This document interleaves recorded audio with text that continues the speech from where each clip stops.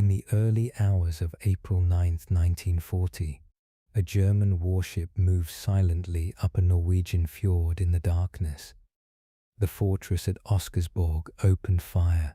The cruiser Blucher went down with over 1,000 men, and Norway, a country that had done nothing to invite what was coming, woke up to find itself at the center of the war. This is episode 10 of our long-form journey through the Second World War. In our last episode, we watched the strange fog-bound months of the phony war, the paralysis, the miscalculations, and the gathering sense that something enormous was drawing near. Tonight, that something arrives. As the quiet of the evening settles around you, we move through the iron mines of northern Sweden, the frozen forests of Finland, a rescue at knife point in a Norwegian fjord, and the moment a brass band marched, unopposed, down the boulevards of Oslo. It is a story of boldness and blundering, of a small nation that refused to yield, and of the political earthquake that followed, ending one era of British leadership and beginning another. I've shaped this narrative carefully so it can hold your attention while letting the tension of the day slowly dissolve. If these episodes bring you comfort, a like and a subscription help more than you know, and I'd love to hear where in the world you're listening from tonight. Take a slow breath and let's begin.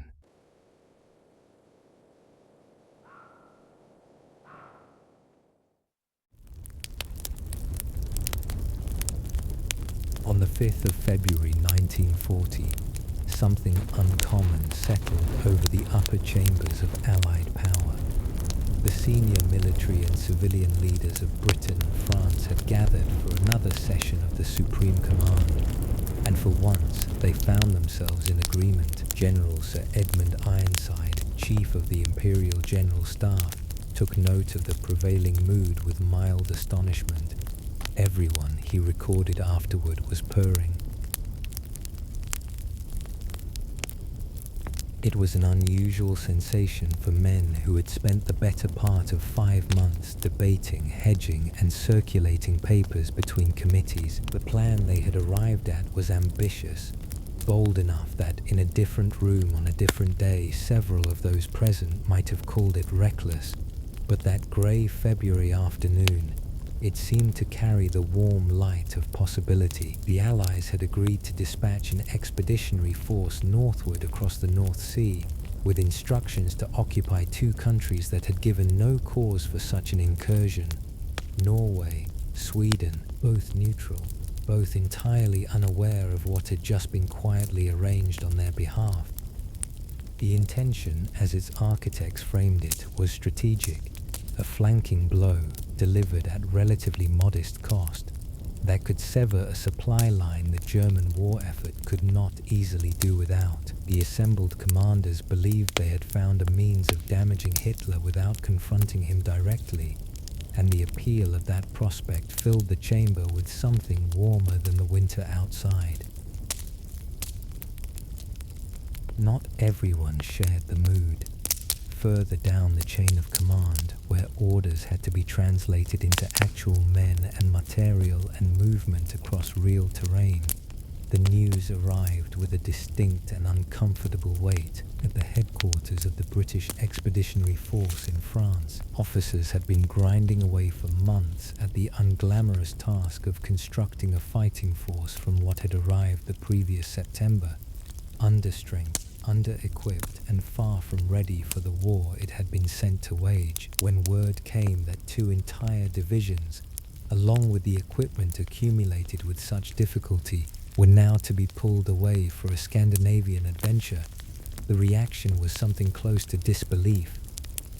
General Henry Pownall, Chief of Staff to the BEF, committed his reaction to his diary in the controlled language of a man suppressing genuine fury. For 5 months, he noted, they had been working to prepare a force that had arrived dangerously undermanned and barely trained, and slowly, painstakingly, something had begun to take shape. Now that effort was to be set back by 30%, at the very moment spring and its expected battles were drawing near.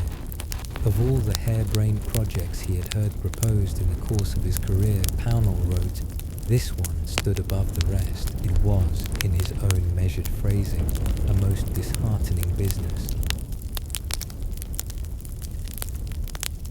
The mind from which all of it had originally sprung belonged to Winston Churchill. He had been appointed First Lord of the Admiralty in September of 1939, returning to the position he had occupied more than 2 decades earlier.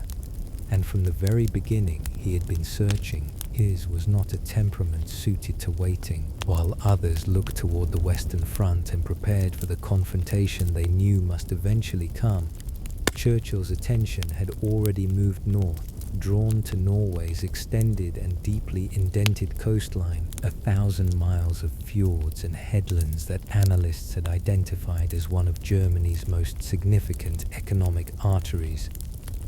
The strategic reasoning was built on iron, quite literally. Germany's war industry, the foundries and factories turning out guns and tanks and naval vessels, depended in substantial part on high-grade ore shipped from the mining regions of northern Sweden, from the complexes clustered around Kiruna and Gällivare. A portion of this ore, roughly a fifth, made its way south to Germany through the Swedish port of Luleå on the Gulf of Bothnia, but only in the warmer months, when the Gulf remained free of ice. The larger share travelled westward by rail across a mountain spine to the Norwegian port of Narvik, whose deep harbour stayed navigable throughout the year, warmed by the constant influence of the Gulf Stream. Ships loading at Narvik could then follow the Norwegian coast all the way south, sheltered within neutral territorial waters, passing entirely beyond the reach of Britain's naval blockade.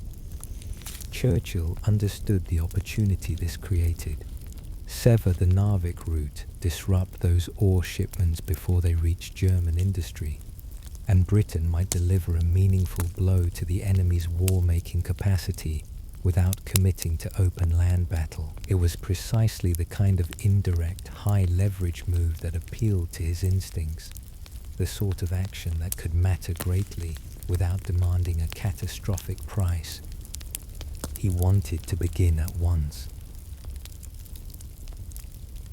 But Churchill, at the end of 1939, had not yet accumulated the authority he would eventually command. His proposals, however urgently advanced, entered the slow apparatus of Allied consultation. British committees took them up. French committees offered their assessments. Inter-Allied bodies deliberated. Military advisors, economic specialists, and diplomatic staffs each added their qualifications and conditions. One scheme called for Royal Navy warships to lay minefields in Norwegian territorial waters, cutting off the ore traffic by force. Another proposed chartering Norway's substantial ore-carrying fleet outright, removing it from German reach. A third would have the Allies purchase Swedish ore directly, offering Stockholm compensation for the revenues it would surrender. Each approach carried its own complications. Mining Norwegian waters without permission would antagonize a neutral nation whose cooperation remained essential. International law was unambiguous on this point, and the Norwegians had been equally unambiguous in their determination to remain outside the conflict. Their neutrality was not a posture adopted for convenience. It was a considered national policy, and any unilateral Allied action within their sovereign waters would constitute a violation they would be bound to protest, regardless of which side committed it. Chartering their ore fleet, meanwhile, required commercial goodwill that Oslo showed no eagerness to extend, and pressing either Norway or Sweden too forcefully risked dissolving whatever fragile thread of cooperation remained, the one thing on which all the Allied plans ultimately depended. That thread was, in truth, already thin. Both nations had watched the opening months of the war with the wary attention of small countries caught between forces they had not chosen and could not control. The great powers pressing in on them from every direction regarded Scandinavian neutrality less as a principle to be honoured and more as an obstacle to be navigated. Every Allied proposal, however it was packaged, asked Norway and Sweden to step a little further into a storm they had worked very carefully to stay outside of. And so the weeks passed without resolution. Each committee introduced a new qualification. Each qualification generated a new memorandum. The Foreign Office weighed in on the diplomatic implications. Economic advisors assessed the ore market. Legal counsel reviewed the question of territorial waters. Military planners drafted contingency tables and waited for political guidance that showed no sign of arriving. The paradox buried at the center of it all went largely unexamined. The Allies needed Scandinavian cooperation in order to pursue a plan that Scandinavia had already, in every meaningful sense, declined to endorse. To act without that cooperation was to violate the very neutrality they were publicly committed to respecting. To wait for it was to accomplish nothing.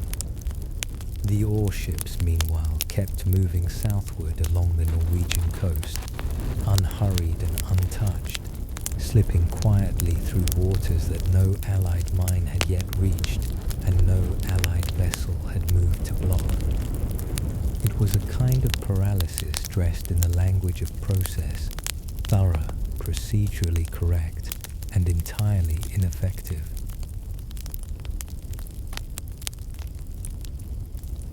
While London and Paris continued their slow deliberations over Norwegian fjords and Swedish ore contracts, the strategic landscape of Northern Europe was already shifting beneath them, quietly at first, then with increasing force, in a way that would soon reshape everything the Allied planners believed they understood about the continent. The change was coming from the east. Joseph Stalin had been moving with methodical patience since the autumn of 1939, working through a series of calculated steps that had begun the moment the Nazi-Soviet pact had drawn its secret lines across the map of Europe. That agreement had handed him something invaluable, a sphere of influence extending across the Baltic, a vast buffer of territory between Soviet borders and whatever storms the Western powers were busy manufacturing among themselves. He had every intention of using it.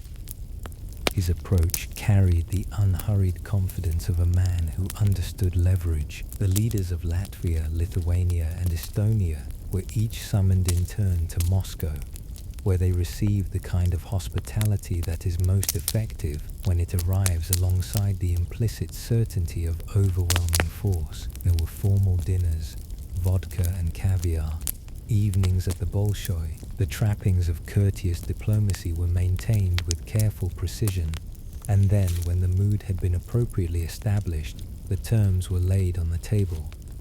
The Red Army and Navy required bases on their soil. This was not a proposal open to negotiation. It was, in the language of Soviet statecraft, a request whose refusal carried consequences too large for any small nation to contemplate. Latvia signed, Lithuania signed, Estonia signed.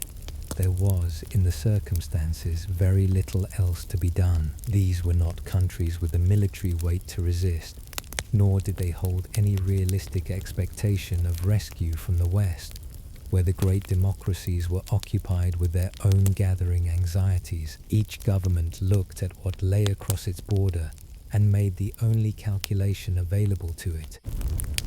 By early October, Stalin had turned his attention further north, toward the last country on his western flank that had not yet been brought within reach of Soviet control.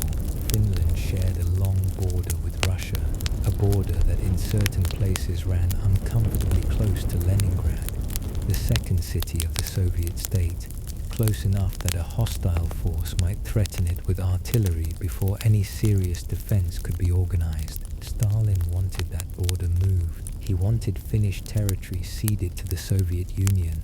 adjustments of geography that he framed as modest, reasonable, and militarily necessary. In exchange, he offered compensating land elsewhere. What he expected, based on the pattern he had already established, was swift and quiet compliance. The Finns were a small nation. The Soviet Union was not. The balance of the situation seemed to speak for itself. Finland, however, did not behave as the balance suggested it should.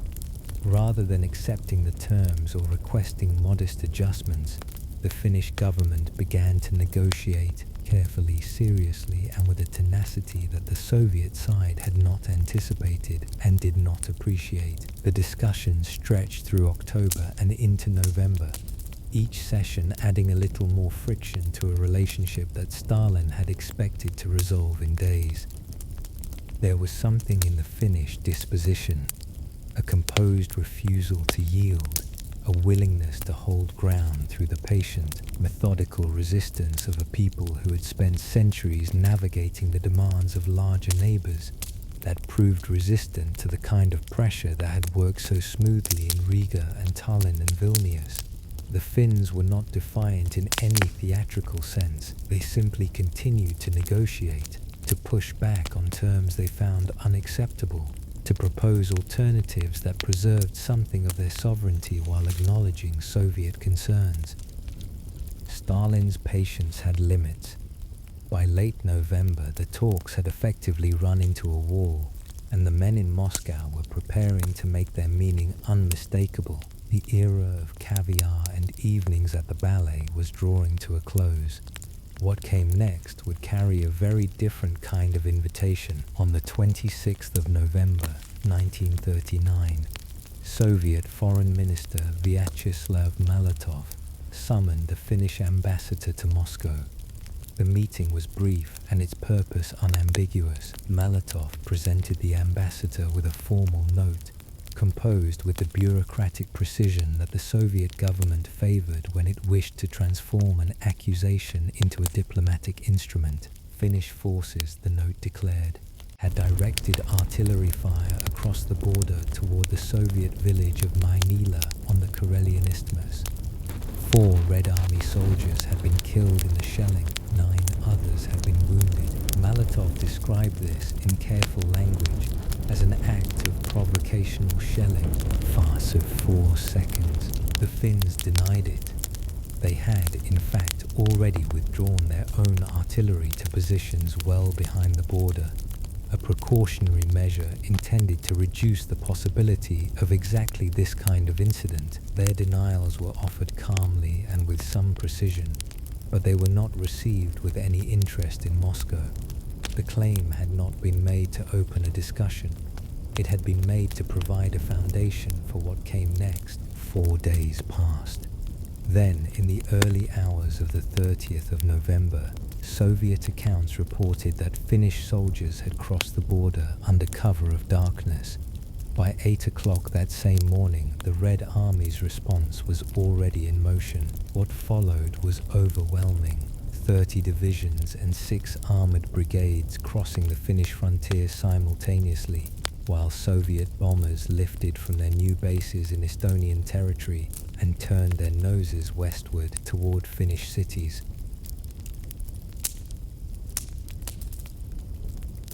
Helsinki was among the first to hear them. The aircraft came in low and purposeful, carrying their loads toward railroad stations, freight depots, power infrastructure, and harbor facilities. At least those were the targets as they had been designated. What the bombs actually struck was something rather different. Residential neighborhoods absorbed much of the destruction. Civilian casualties accumulated in districts far removed from anything resembling a military objective. The gap between the stated intent and the observable result was wide enough that it became, in its own grim way, a kind of testimony to the disorder that would come to define the Soviet operation in Finland from its very first hours. The official Soviet response to reports of civilian deaths was remarkable in its composure. Radio broadcasts from Moscow dismissed Finnish accounts of the bombardment as fabrications, the kind of propaganda a desperate government produces when it wishes to manufacture sympathy. The Soviet Air Force, these broadcasts maintained, had not been dropping bombs on Finnish cities at all. What the aircraft had been delivering, in fact, was bread, humanitarian aid intended for a Finnish population suffering under the hardships imposed by its own government. The Finns, who were at that moment pulling wounded civilians from the rubble and beating back fires in their streets, received this explanation with a dark humor that surfaces in people when the absurdity of their situation becomes too large to process any other way. The bombs that had fallen on their homes were given a name: Molotov's bread baskets, a sardonic echo of the foreign minister's own name, a small act of linguistic defiance performed by a people who had just had war delivered to them in the guise of a gift. It was a name that carried something beyond bitterness. There was a certain clarity in it, the clarity of a population that had watched negotiations collapse, heard their protests dismissed as invention, and now stood in the cold ruins of another ordinary morning, looking upward at an enemy that could not even admit what it was doing. Whatever illusions about Soviet intentions might have lingered through the weeks of difficult talks were gone by the end of that first day, dispersed like smoke over a city that had not asked to be a battlefield and found itself one regardless.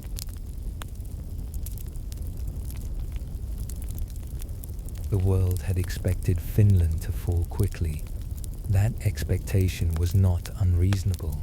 It was, in fact, the only logical conclusion available to anyone who looked at the raw numbers and drew the obvious comparison. The Soviet Union was a colossus.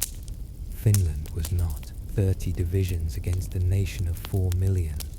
And yet, as the first weeks of the Winter War unfolded across the frozen forests and the ice-locked wilderness of the north, something entirely unexpected began to take shape. The Red Army was not advancing. It was struggling. In places, it was being stopped altogether. The reasons were multiple and, in retrospect, deeply revealing. Soviet forces had crossed into Finland without adequate preparation for combat in the conditions they encountered. Conditions that winter imposed with unforgiving totality, temperatures falling to depths that rendered machinery unreliable, that turned the ground to iron, that killed exposed men with the same efficiency as any weapon.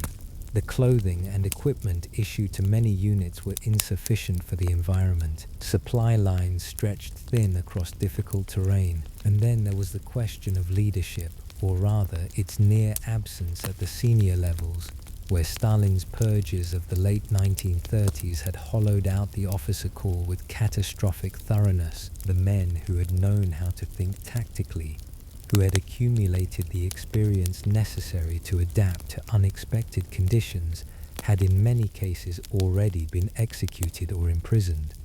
What remained was caution masquerading as command. Above all, there was overconfidence, the kind that does not survive contact with a determined enemy. Stalin appears to have believed that the sight of Soviet strength massing at the Finnish border would produce the same quiet acquiescence it had produced elsewhere. Finland's army of 300,000 men had other ideas. The Finns fought with an intelligence born from intimate familiarity with the land they were defending. Their soldiers moved through the forests on skis, appearing and vanishing with a fluency that conventional Soviet formations could not match or counter. Where the Red Army attempted to push forward along the limited roads and tracks that cut through the wilderness, Finnish units struck at the flanks, dissolved back into the trees and struck again. Whole Soviet columns found themselves pinned in the open, unable to deploy effectively into terrain that offered no clear ground for the kind of massed assault their training had prepared them for. The cold was its own combatant. Russian units that had become separated from their supply lines, or that had pushed forward faster than their support could follow, found themselves stranded in the snowdrifts without adequate food or warmth. They died by the hundreds in their bivouacs, taken by exposure rather than enemy fire. The bodies froze where they fell, sometimes within minutes, assuming whatever posture the cold had found them in. An American correspondent traveling through the aftermath described the scene along one roadway, the unburied dead lying as they had fallen, twisted and still, their forms softened beneath a thin covering of fresh snow that had settled over them through the night like something almost gentle. Lacking sufficient anti-tank weapons to stop Soviet armored vehicles through conventional means, Finnish soldiers developed their own answer to the problem. The device they fashioned was simple in design and devastating in effect. A bottle filled with a mixture of potassium chlorate and kerosene, fitted with a detonator at its mouth. A soldier on skis would wait in cover, allow a Soviet tank to pass close enough, and then hurl the bottle against the turret or the engine housing. The resulting fire was immediate and difficult to extinguish. The tank would be disabled, the crew would abandon it or perish inside. The weapon was given a name that the Finns delivered with the same dry wit they had applied to the bombs dropped from above. The Molotov cocktail, a sardonic companion to the breadbaskets that Soviet aircraft had already made famous. Despite everything, the air raids that continued through the winter, the 150,000 explosive and incendiary bombs the Soviet Air Force dropped across the country, Finnish civilians did not break. They endured with a composure that struck outside observers as almost incomprehensible given what they were living through. Life in the cities adjusted to the rhythm of sirens and shelters and the residue of destruction. But the essential character of the people who moved through those cities did not change. One American journalist, staying in a Helsinki hotel through the raids, took note of a detail that stayed with him long after. A hotel maid who, upon hearing the sirens begin their warning, would announce the situation in her accented English with a kind of cheerful shorthand, "Molotov is here," and then continue quietly about her work, as though the arrival of Soviet bombers overhead was simply another feature of the morning to be acknowledged and moved past. There was something in that gesture, unhurried, unbowed, almost domestic in its calm, that said more about the Finnish spirit than any formal account of the fighting could.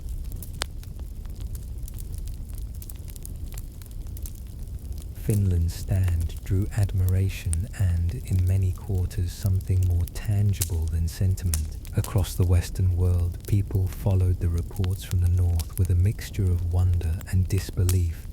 The small nation holding its ground week after week against a force that by every rational measure should have overwhelmed it long before. Sweden, sharing both a border and a deep historical kinship with Finland, responded with notable generosity. 25 aircraft were dispatched northward, along with quantities of arms that would have seemed remarkable coming from a country publicly committed to staying outside the conflict. 104 anti-aircraft guns, 84,000 rifles with 50 million rounds of ammunition, 85 anti-tank guns, and more than 100 field guns and howitzers. 8,000 Swedish volunteers made their own way to the Finnish front to fight alongside men they considered in some fundamental sense their own. Beyond the military contribution, Sweden raised $100 million through popular subscription, directing the funds toward medical supplies, food, clothing, and other goods that a country at war consumes in quantities that peacetime can barely imagine. Other nations contributed according to their means and their particular constraints. Denmark and Norway permitted volunteers to pass through their territories. The United States offered a $30 million loan, though with the condition that it be applied only to civilian purchases. and imposed an embargo on the sale of military equipment to the Soviet Union. Britain and France made their own promises of aircraft, weapons, and technical assistance, though the speed at which those promises materialized left something to be desired. Germany notably did nothing. The decision was one of cold calculation. Hitler had in fact supported the Finnish side against the communists 2 decades earlier, but sentiment played no part in it now. The Soviet Union was supplying Germany with grain, oil, and raw materials in quantities that the war economy depended upon. Russian neutrality gave Germany a free eastern flank at a moment when Hitler's attention was concentrated entirely on the west. Watching the Red Army stumble and suffer through the Finnish forests, Hitler found himself in the position of a man who benefits from an enemy's misfortune without being able to say so openly. He observed, he filed his conclusions, and he kept his distance. Those conclusions were, as events would eventually reveal, dangerously mistaken.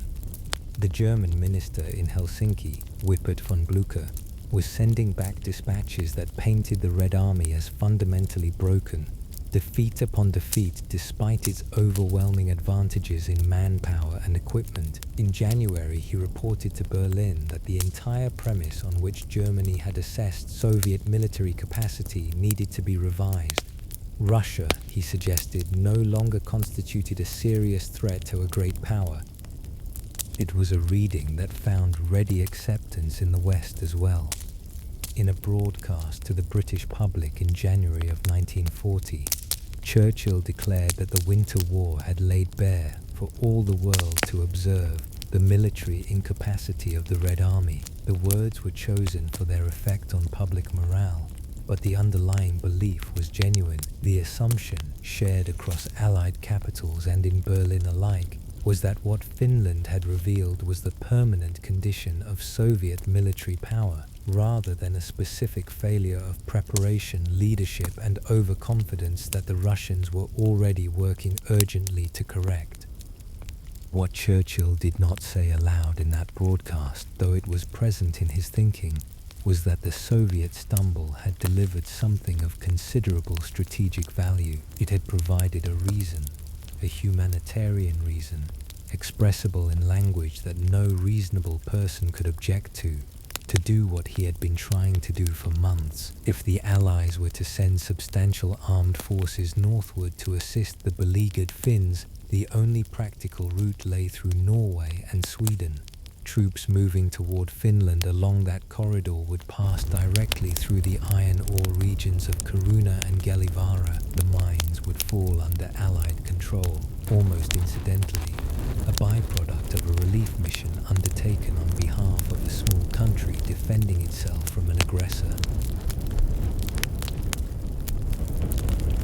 The specific plan Churchill put forward called for Allied forces to land at Narvik, follow the rail line eastward into Sweden, and establish a position at Luleå on the Gulf of Bothnia.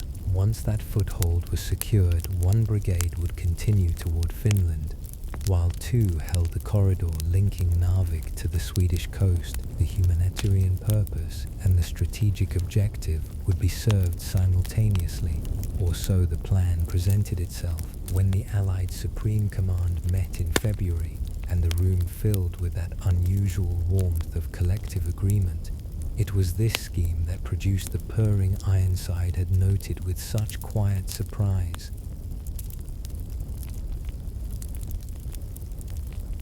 One observer who had been present at the February conference left with a feeling he could not quite reconcile with the mood in the room. While the senior commanders had sat back in their satisfaction, this witness had noted something else beneath the surface of the proceedings, a quality he described afterward as an air of unreality. The enthusiasm was genuine, the agreement was real, but the plan it had produced seemed, on careful examination, to rest on assumptions that had not been tested and optimism that had not been earned.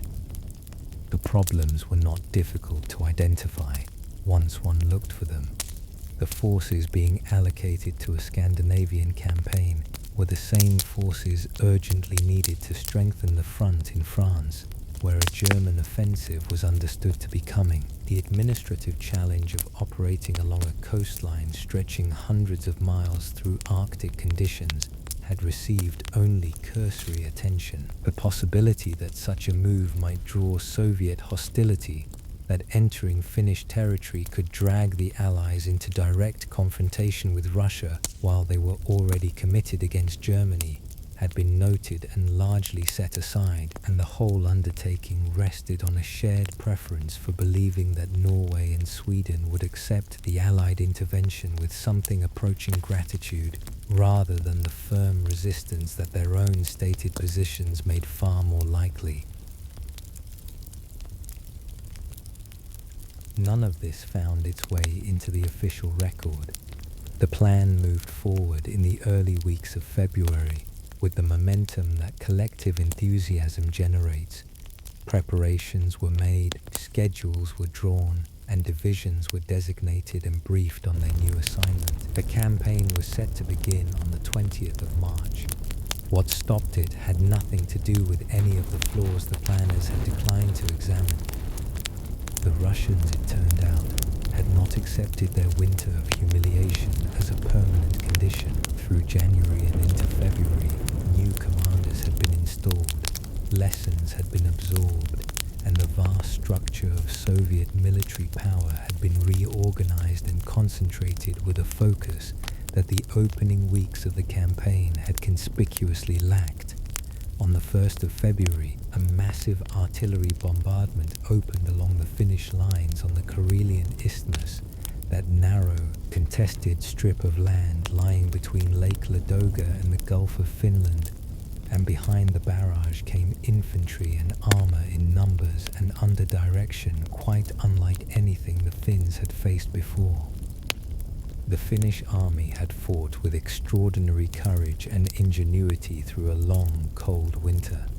But courage and ingenuity require ammunition, and men, and the physical capacity to keep defending ground inch by inch against a force that can absorb its losses and continue pressing forward. By early March, those resources had been ground down past the point of endurance. A Finnish peace delegation traveled to Moscow carrying the weight of everything their country had sacrificed, and returned having agreed to terms that exceeded what Stalin had originally demanded, including the surrender of Viipuri, Finland's second largest city. The territory ceded amounted to 16,000 square miles.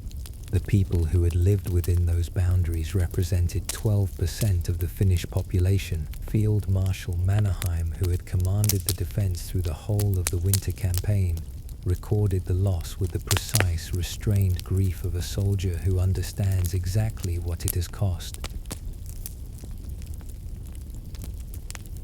For the Allied planners, the capitulation arrived like a door closing firmly on everything they had constructed.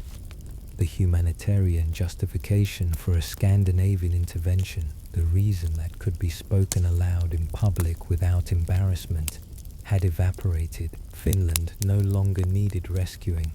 The troops destined for Narvik had nowhere obvious to go, and the elaborate rationale for sending them there had dissolved along with Finnish resistance. The political consequences were immediate and severe, particularly in France. The Daladier government, which had promised action and delivered failure, found itself confronted by an electorate that had run entirely out of patience. Daladier fell, replaced by Paul Reynaud, who arrived in office carrying a mandate that amounted to a single instruction: do something. The weight of accumulated inaction had become politically insupportable, and Reynaud felt it from his first day. What that something might be remained frustratingly unclear, until Renard looked north and found the same answer that had been circulating in Allied councils for months. The Gulf of Bothnia was about to thaw. The ore ships would soon be running out of Luleå again, and Narvik continued, as it always had, to send its steady traffic of iron southward toward German industry. Finland's fall had removed the pretext. It had not removed the temptation.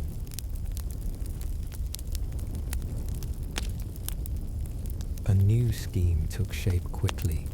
The humanitarian cover was gone, but the strategic argument for disrupting the Narvik ore traffic had not diminished by a single ton of iron. The revised proposal was direct enough.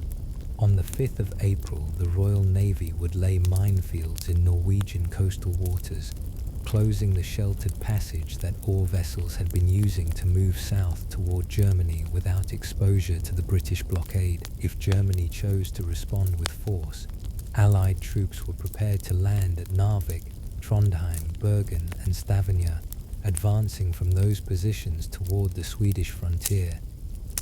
The force assembled for this purpose was modest, less than 1 division in total, operating without air support.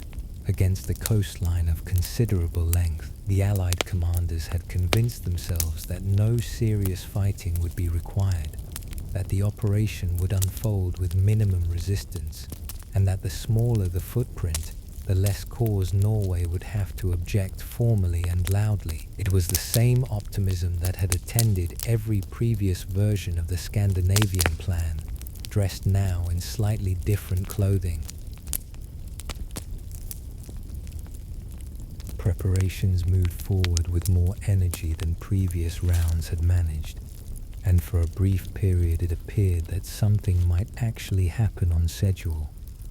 Then Churchill introduced a complication of his own devising. While the Norwegian coast was being mined, he proposed, why not also seed the Rhine with mines simultaneously, disrupting Germany's critical river traffic at the same moment the coastal route was being closed. The plan was christened Royal Marine, and in conception it had a certain elegant ambition, the kind that appealed to Churchill's instinct for action on multiple fronts at once. The French, when consulted, reacted with immediate anxiety. Not a single German bomb had yet fallen on French soil. The country's war factories were operating, but they were operating with almost no anti-aircraft protection, a shortage that left them dangerously exposed to retaliatory air assault. If Allied mines began appearing in German rivers, the Luftwaffe might interpret this as an invitation to strike at French industrial infrastructure, and the damage could be severe. The French vetoed Royal Marine without extended debate, and in the friction of that disagreement, the Norwegian landings were pushed back 3 days, to the 8th of April. 3 days. It seems a small thing, measured against the sweep of what followed, but in the compressed and volatile timetable that was already forming on the German side, those 3 days would carry a significance that no one in Paris or London had yet begun to calculate.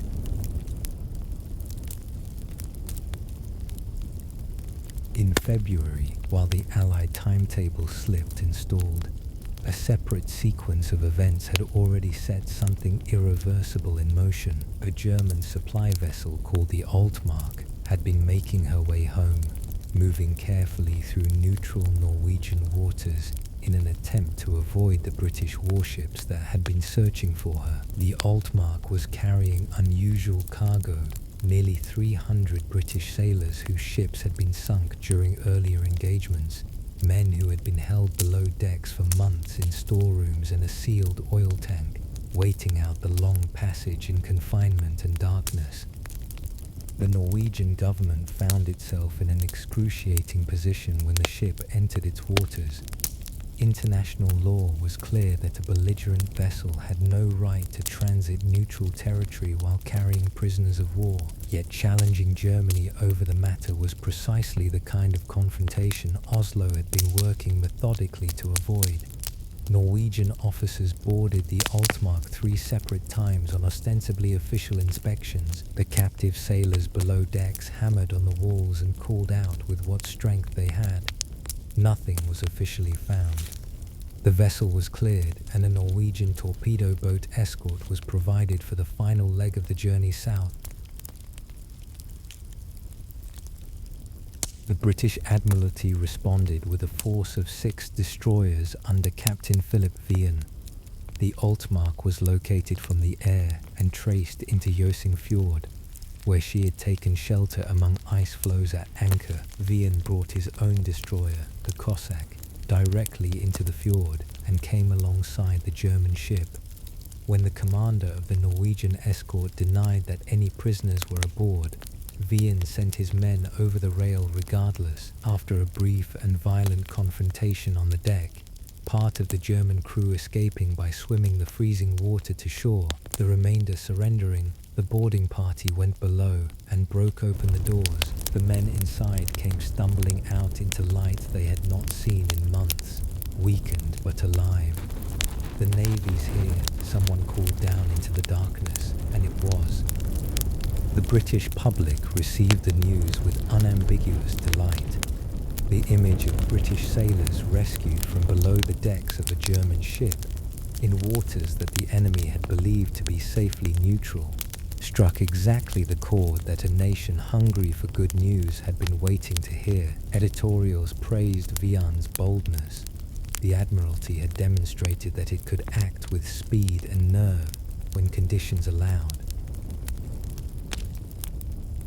At Hitler's headquarters, the reaction was of a different character entirely. The episode confirmed every warning that had been building about Allied intentions in Scandinavia, that Britain was prepared to violate Norwegian neutrality whenever it suited British purposes, and that Norway could not or would not mount physical resistance when it did. The anguished diplomatic protest Oslo filed with London carried the unmistakable note of a government caught between two forces larger than itself, one that could lodge formal objections and nothing more. Hitler read it precisely that way. Norwegian neutrality, the incident suggested, offered no real obstacle to either side.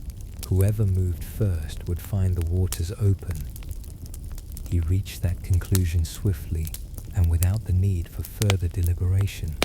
The invasion of Norway, an operation his high command had been developing since late the previous year, was given an urgent priority. Denmark was added almost as an afterthought, its airfields useful for covering the Norwegian action and potentially valuable for operations against Britain. The machinery was already in place. What was needed now was only the order to move.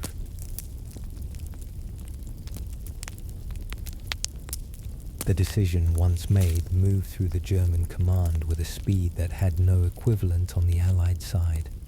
There were no committee reviews, no interdepartmental referrals, no diplomatic subcommittees requesting additional memoranda. When Hitler gave an order, the apparatus of the German state moved to execute it. That difference in tempo between the Allied habit of deliberation and the German habit of directed action would prove in the weeks ahead to be as decisive as any difference in manpower or equipment. The strategic case for Norway had been building on the German side for some time, assembled with quiet persistence by Admiral Erich Raeder, commander of the German Navy. Raeder had presented Hitler with a careful analysis of what Norway's coastline represented. The ore route was central to that argument, but the coastline itself held broader and more lasting military value. The long, fjord-cut western shore of Norway offered natural harbours and sheltered anchorages from which German surface raiders and submarines, currently confined to the Baltic by the British naval presence, might operate freely against Atlantic shipping. Control of that coastline would alter the geometry of the naval war in ways that extended well beyond the immediate question of iron ore. Into this strategic calculation had stepped a Norwegian politician named Vidkun Quisling, a figure who would become one of the most reviled names of the conflict. He had arrived at his ideological destination by a circuitous route, beginning his career as a military attaché in Moscow in 1918, passing through a period of genuine sympathy for communist ideas before making a decisive turn toward the opposite pole of the political spectrum. He had served as Norway's Minister of Defense in the early 1930s, then founded a party called the National Samling, the National Union, modelled on the fascist movements that had taken root across Europe during that decade. It had attracted limited popular support. What Quisling brought to his meetings with Hitler was a warning and an offer.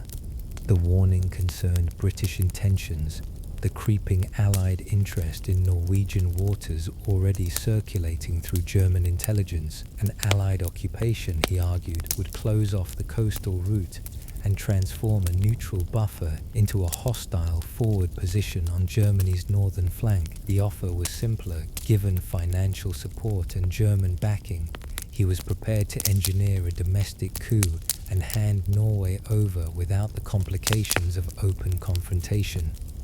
Hitler listened. He provided funds, but he harbored no illusion that Quisling's organizational capacity matched his ambitions, and his assessment of how lasting control was actually secured was unsentimental. Subversion might soften a country.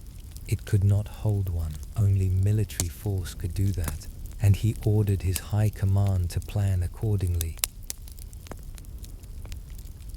What his staff produced under his direct supervision was, even by the standards of German operational planning in this period, remarkable in its scope.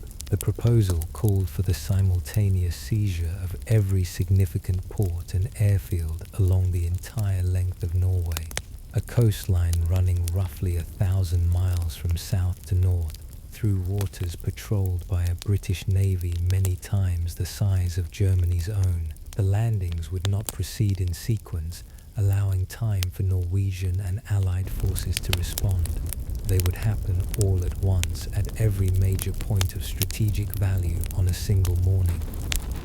The force available for this undertaking was modest, comparable in size, in fact, to the Allied contingent being assembled for the competing British plan. Numbers were roughly equal on both sides. The difference lay in how that force was to be used, and in the clarity of purpose behind its deployment. To place troops at all the designated points on the same morning, the ships carrying them departed from their home ports at staggered intervals, some sailing several days in advance, others putting out on the mornings of the 7th and 8th of April. Fog and storms settled over the North Sea as the convoys moved. Miserable conditions for soldiers packed in holds, but conditions that also wrapped the movements in a concealment that no deliberate plan could have guaranteed. The weather, as it would again and again through these early years, seemed to favor the side that had chosen to act. The date chosen for the landings was the 9th of April, one day after the Allies were scheduled to lay their mines in Norwegian coastal waters. Hitler's invasion would arrive one day behind the British operation, moving in the same direction, against the same coastline, having watched from across the North Sea as his enemies spent months circling an idea he had already resolved to execute.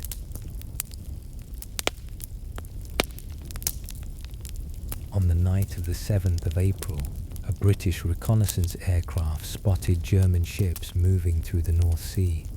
The report reached the Admiralty and was assessed, considered, and misread. The vessels observed, it was decided, must represent the German surface fleet putting to sea, bound for the British mine-laying operation already underway in Norwegian waters, threatening to interfere with it. It was a plausible interpretation. It was also entirely wrong. The British expeditionary force that had been loaded onto cruisers at Rosyth in the Firth of Forth was promptly put back ashore, its equipment remaining on board while the ships went off in pursuit of a phantom fleet action. Every available warship that could be pulled from Rosyth, Scapa Flow and the Clyde was directed outward into the North Sea. The mine laying was completed in the early hours of the 8th, between 4:30 and 5 in the morning, and the vessels involved were then withdrawn to join the broader search. Through the fog and the running seas, the German transports and their escorts moved in the opposite direction, southward and eastward along the Norwegian coast, undetected, unhurried, arriving at their designated positions through the darkness of the following night. Before dawn on the 9th of April, Germany struck simultaneously at two countries that had done nothing to invite it. Denmark fell in 4 hours. It was, in the military accounting of that morning, barely a campaign, more an administrative act performed at gunpoint.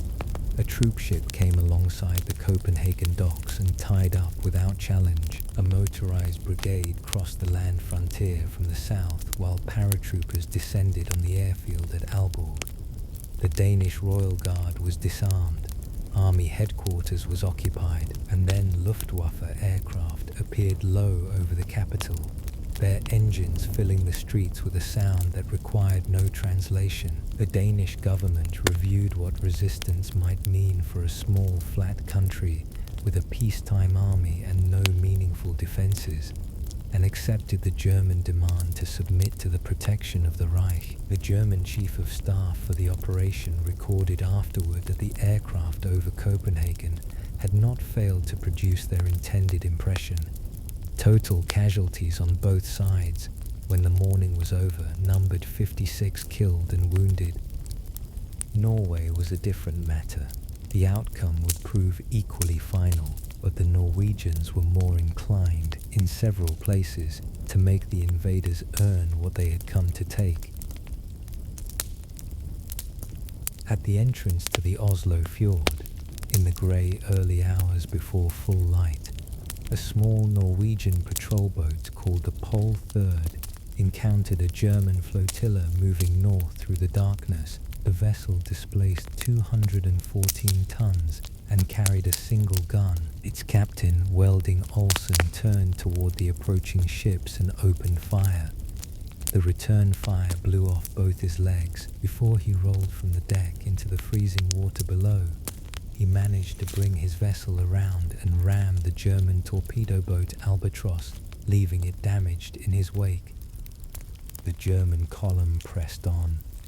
Led by the heavy cruiser Blucher, the ships moved up the narrowing fjord toward the old fortress of Oscarsborg, whose stone walls had stood since the previous century, and whose guns, 8-inch and 11-inch pieces that belonged to an earlier era of naval warfare, had been maintained and were manned by men who understood what was passing beneath them in the dark.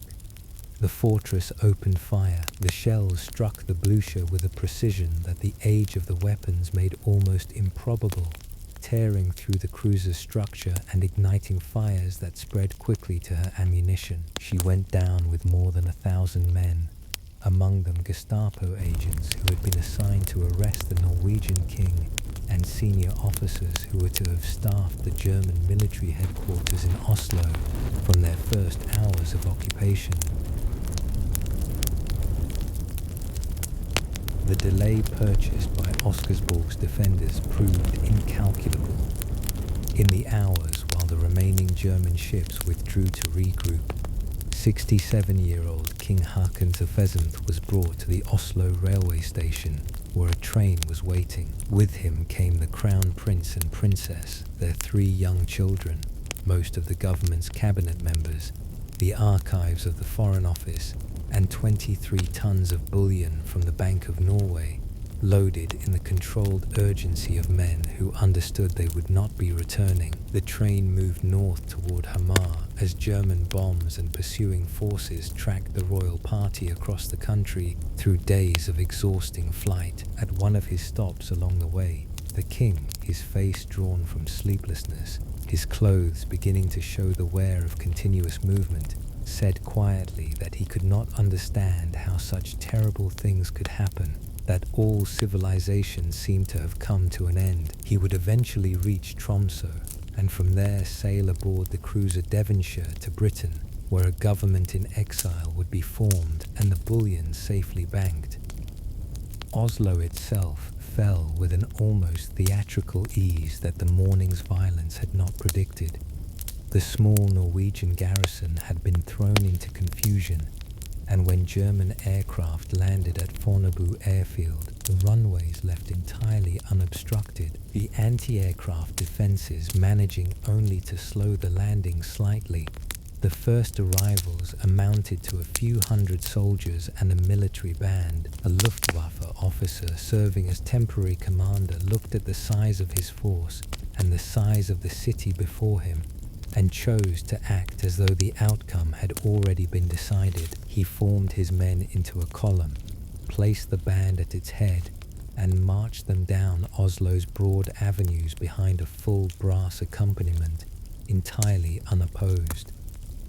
A city of 250,000 people watched them pass and did not fire.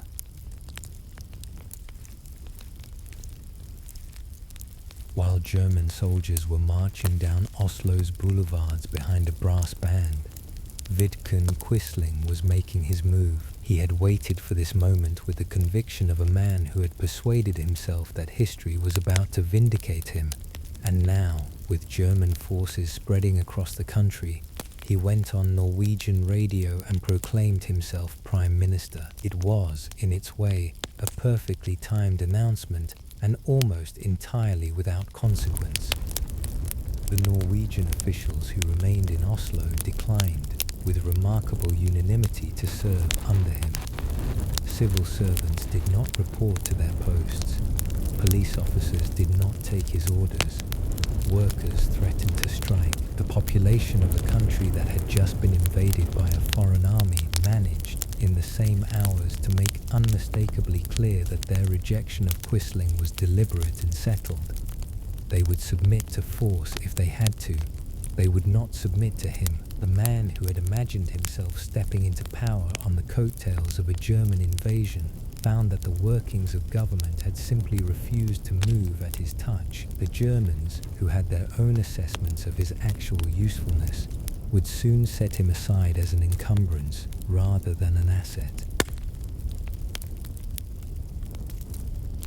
Along the rest of the Norwegian coast, the morning of the 9th was unfolding with the compressed violence of a campaign designed to be over before effective resistance could be organized. At Trondheim, the country's third largest city and one of its most strategically significant ports, the German heavy cruiser Hipper led 4 destroyers at full speed past the shore batteries guarding the harbour entrance. The batteries fired. The ships did not slow. They came through unscathed and pulled into the harbour, and though the garrisons in the outer defences continued fighting until dusk, the city itself offered no further resistance. Bergen saw its own version of the morning. Norwegian shore guns found their mark. The cruiser Königsberg was hit and crippled, and an auxiliary vessel was also struck. But the remaining German ships took cover behind anchored Norwegian vessels in the harbour, shielding themselves as their troops came ashore unhurt. Further south at Stavanger, a Norwegian destroyer managed to sink the German munition ship Roda before it could unload, but could do nothing to prevent paratroopers from descending on the large airfield at Sola nearby and securing it within the first hours. The episode at Kristiansand carried a note of bitter ingenuity. Norwegian shore batteries had been holding off a German naval squadron for several hours, a genuine, effective resistance that was costing the attackers time they had been counting on. Then a message arrived, transmitted in Norwegian military code. British and French destroyers, it announced, were on their way to assist. The batteries were instructed not to fire on approaching vessels. The message was false. The Germans had broken the Norwegian codes, but it was convincing enough. The guns fell silent. The ships carrying German assault troops steamed safely through the gap. By the time the scale of what was happening became fully legible to the British Admiralty, the morning was already far advanced, and the Germans had achieved most of their primary objectives. The Royal Navy moved to respond. Warships emerged from the fog and brought their guns to bear on German vessels in the fjords and coastal harbours with genuine effect. The submarine Truant torpedoed the cruiser Karlsruhe off Kristiansand. RAF dive bombers found the already damaged Königsberg at Bergen and finished her. The following day, the submarine Spearfish put a torpedo into the pocket battleship Lutzow near Oslo, leaving her seriously damaged and out of the campaign. These were not trivial blows, but they were naval blows delivered against ships, and what Norway needed now was something the British could not yet provide. The troops assembled for the original Narvik expedition were still at Rosyth, ashore, their equipment scattered across the ships they had been pulled from days earlier when the Phantom fleet chase had sent everything scrambling. Getting them back aboard took time. Organizing the additional forces now clearly required 3 French Alpine battalions, foreign legionnaires, a Polish contingent, took more. Every hour of that reorganization was an hour the Germans were using to consolidate their positions, move reinforcements inland, and extend their control from the ports outward into the surrounding country. The central balance of the campaign was becoming impossible to argue with. The main Norwegian airfields had fallen into German hands within the first day. Without those airfields, Allied troops landing anywhere along the coast would be operating without air cover, exposed to Luftwaffe attack from fields now supplying and protecting the very forces they were meant to dislodge. The window in which a substantial Allied landing might have turned the situation had been narrowed to begin with, and it had closed before the ships were even loaded. German control of the country was, by any honest reading, now beyond reversing. What remained was a narrower and more uncertain question of whether anything at all could be salvaged from the wreckage. One possibility, fragile and remote but still technically present, lay at the very top of Norway, at the far northern terminus of the Road of Iron, where the Germans were exposed and unsupported, and where the distances involved might still work in Allied favour.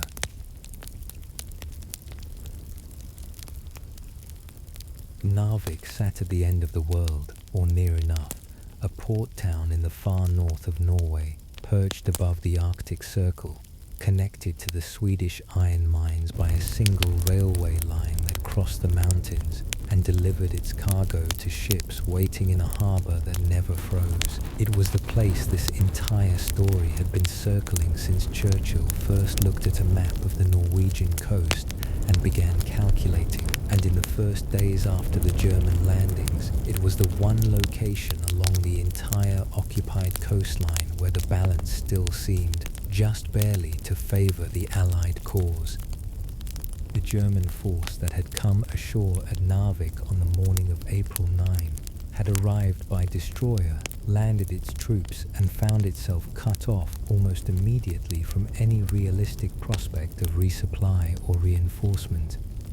The nearest German-held airfields were hundreds of miles to the south. The Royal Navy was moving, and in the early hours of the 10th, a British destroyer flotilla came prowling through a heavy snowstorm into Narvik harbour and caught the German squadron at anchor. The engagement was sharp and quickly decisive. 3 German destroyers were sunk before the British withdrew. 5 others were badly damaged. A munitions vessel was destroyed in the fighting, taking its cargo with it to the bottom. 3 days later, the situation at Narvik became more desperate still for the Germans. The battleship Warspite, accompanied by 9 destroyers, entered the confined waters of the fjord leading into the port and systematically eliminated what remained of the German naval presence. The vessels that had brought General Eduard Dietl's force ashore and might have supported or extracted it were gone. Dietl was left with 4,600 men, roughly half of them the trained mountain troops he had brought with him, the other half sailors who had escaped their sinking ships and come ashore with no infantry training and no preparation for holding ground against a land assault. By any conventional measure, his position was untenable. What Dietl possessed, however, was a quality of tactical composure that the situation seemed designed to extinguish. He organized his defense with the resources available, held the high ground around Narvik with his mountain troops, and waited with the steady patience of a commander who understands that his enemy's indecision can compensate for a great deal of his own weakness. Long-range Luftwaffe aircraft managed to make supply drops despite the distances involved. The Swedes were persuaded to allow medical supplies to be carried into the area along the railway. It fell well short of comfort.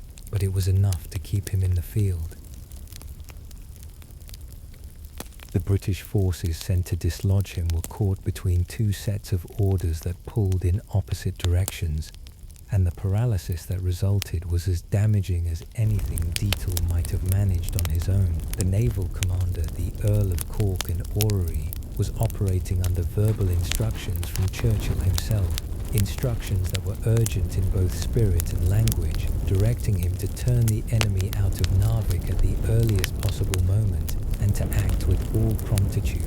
The ground force commander, General P.J. Mackesy, held written orders from the War Office of a markedly different character. He was to ensure Norwegian cooperation before taking action, to land only when he had sufficient strength, and to understand that landing in the face of opposition was explicitly not intended. When Cork urged Mackesy to move, Mackesy pointed to Dietl's machine gun positions controlling the approaches to the town, to the 3 feet of snow through which attacking troops would have to advance under fire, and to the memory of Passchendaele, the First World War battle that had consumed 250,000 British casualties in the mud of Belgian fields. The snow of Narvik, he argued, could become that same kind of catastrophe if the assault was mounted without adequate preparation. The War Office eventually softened its written instructions, but Mackesy held to his cautious approach through a series of limited tentative movements that gave Dietl exactly the time he needed to consolidate. Mackesy was replaced in mid-May by the more aggressive General Auchinleck. On the 28th of May, after weeks of delay that had handed every possible advantage to the defenders, French and Norwegian troops finally took Narvik. It was a genuine military achievement, hard-won and costly. But Dietl had not been broken. He had withdrawn his force into the mountains above the town, where he continued to hold roughly 100 square miles of Norwegian territory, waiting for the larger shape of the war to shift in his favor. He did not have to wait long. By the time Narvik fell, the Western Front had collapsed into catastrophe. The evacuation at Dunkirk was consuming every available resource and every available thought. The Allied troops at Narvik, French, Norwegian, Polish, British, received their orders to withdraw, packed what they could and left. The country they had come to protect, and for a brief moment partially recovered, passed entirely into German hands.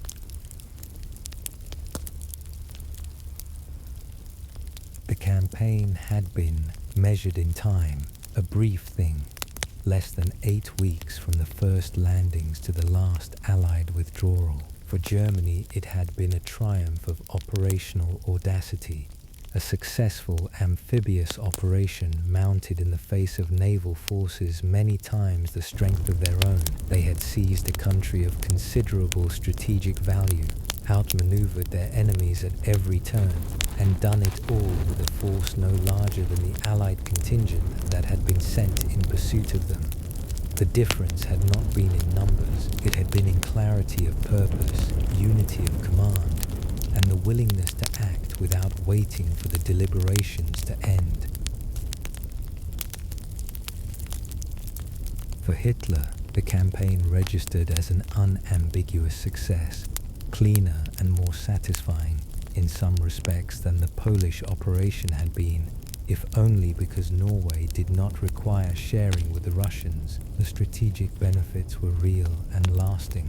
The ore route was secured, the Norwegian coastline with its deep fjords and sheltered harbours passed into German hands and would serve as a base for naval and air operations throughout the years that followed. But there were losses that the ledger of immediate success obscured. Admiral Raeder's navy had paid a steep price for the Norwegian venture. 3 cruisers were gone, 10 destroyers had been sunk, 6 submarines were lost, along with a gunnery training vessel and 10 smaller craft. 5 additional cruisers had been put out of action with serious damage. More than half the effective strength of the Kriegsmarine had been sunk or crippled in the fjords and harbours of a country taken in less than 2 months. The price seemed manageable in the immediate aftermath. Its full significance would become clear in the months that followed, when Hitler turned his attention to the possibility of crossing the English Channel and discovered that the navy required to support such a crossing no longer existed in sufficient strength. Operation Sea Lion, the planned invasion of Britain, was pushed from early summer to September and then abandoned altogether in favor of an air assault that would write its own chapter in the history of the war. In Britain, the Norwegian campaign had produced a different kind of reckoning, one conducted in the chamber of the House of Commons, in the atmosphere of a democracy confronting the gap between what its leaders had promised and what they had delivered. By early May, the record was clear to anyone willing to look at it honestly. The expedition had failed. The blundering had been visible and repeated. The indecision at every level had cost lives and opportunities in ways that could not be explained away or buried in official language. A public that had endured the slow frustrations of the phony war with considerable patience had reached the end of it. Neville Chamberlain still held a workable parliamentary majority, and the discipline of the Conservative Party remained strong enough that his position was not, on paper, immediately threatened. But the mood of the House that convened on the 7th of May was not a mood that paper majorities could fully contain. The chamber was full, and it was angry, and among those who rose to speak was a figure whose words would carry far beyond the afternoon in which they were delivered. Leopold Amery was an aging Conservative Member of Parliament, a man of the establishment in every conventional sense, a schoolmate of Churchill's at Harrow half a century earlier, a former minister, a voice that the House recognized as belonging to the tradition it had grown up inside. He began, as such speeches often begin, with a story. The British performance in Norway reminded him, he said, of a young acquaintance who had gone hunting lion in East Africa. The man had arranged a sleeping car on a railway, had it detached at a convenient siding, and settled in to rest before the morning's hunt. The lion, it turned out, had other plans for the evening. It found the car, forced the door, and ate him. That, said Amery, was a brief account of Allied initiative over Norway.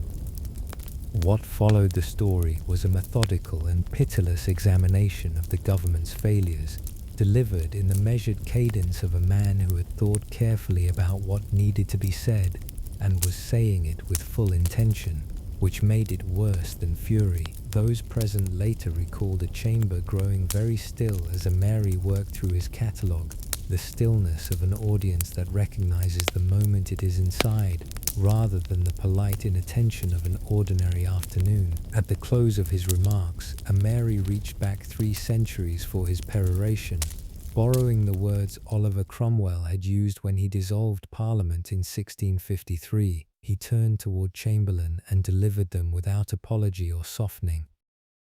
"You have sat too long here for any good you have been doing. Depart, I say, and let us have done with you. In the name of God, go." It was exactly what the country had been carrying in its chest for a long time, without finding the words. Chamberlain was gone within days, swept from office by the accumulated weight of a war he had never been equipped to lead. The debates that followed were fierce and final.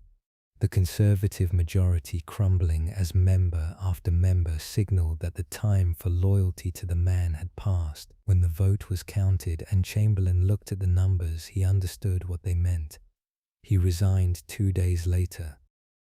In his place came Winston Churchill, the man whose restless imagination had conceived the Norwegian adventure in the first place, whose energy and combativeness the nation now turned to as the quality the hour required above all others. There was a particular irony in that. The campaign whose failure had brought down one government now elevated the man most responsible for its conception to lead the next. History, in its complicated way, had sorted the outcome in his favor anyway. Here the country felt was someone who would not let go. Churchill presented his new government to Parliament on the 10th of May 1940. On that same day, without pause or ceremony, the storm the Western democracies had spent 8 months preparing to face finally broke across France and the Low Countries. The long waiting was over.